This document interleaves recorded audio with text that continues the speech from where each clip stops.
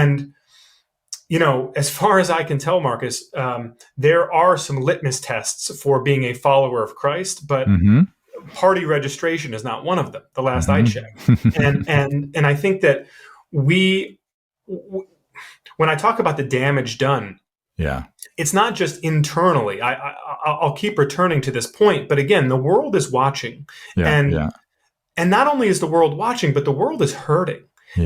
There are so many people out there in these scary secular places that so many of us, sort of recoil from, who are badly in need of the gospel, who we might be reaching otherwise and calling our brothers and sisters, if not for the fact that we are so quick to call them our enemies, because they don't vote the way we do, or don't think the way we do, or don't share our values on certain issues. And I think that it's a tragedy for the church, because we are ultimately called to carry out that Great Commission, and we're not doing it. Yeah.